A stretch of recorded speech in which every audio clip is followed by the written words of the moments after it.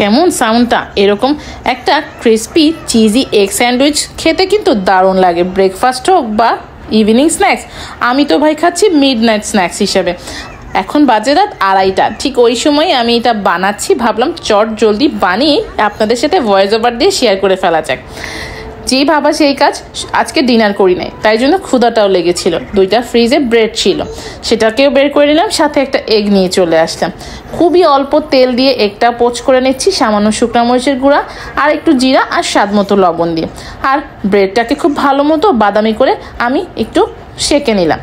তারপরে সেঁকে নেওয়া হয়ে গেলে একটু সস আর অনেকটা মোজারেলা চিজ দিয়ে নিয়েছি। যেহেতু চিজি স্যান্ডউইচ বলে কথা আর বাসায় বানাচ্ছি, কেন কিপটামি করব, মজা করে খাওয়ার জন্য মজাদার করছি। যাই হোক, হয়ে গেল, দিয়ে দিলাম এগটা। এবারে ঢাকনা দিয়ে ঢেকে চিজটা মেল্ট হওয়ার জন্য 1-2 মিনিট করে রেখে দিয়েছি দুই পাশে। ব্যাস তৈরি হয়ে গেল মজাদার চিজি এগ স্যান্ডউইচ। দেখুন কি সুন্দর চিজগুলো মেল্ট হয়েছে, আর এগ ইয়কটা কিন্তু নরমই রেখেছিলাম যাতে ক্রিমি একটা ফ্লেভার পাওয়া যায়। কি সুন্দর লাগছে না? এবারে ক্রিস্পি বা ক্রাঞ্চি আমার এরকমই পছন্দ। খাই আমি মজা করে, আপনারা দেখতে থাকুন। আল্লাহ হাফেজ। তৈরি করতে ভুলবেন না কিন্তু। টাটা।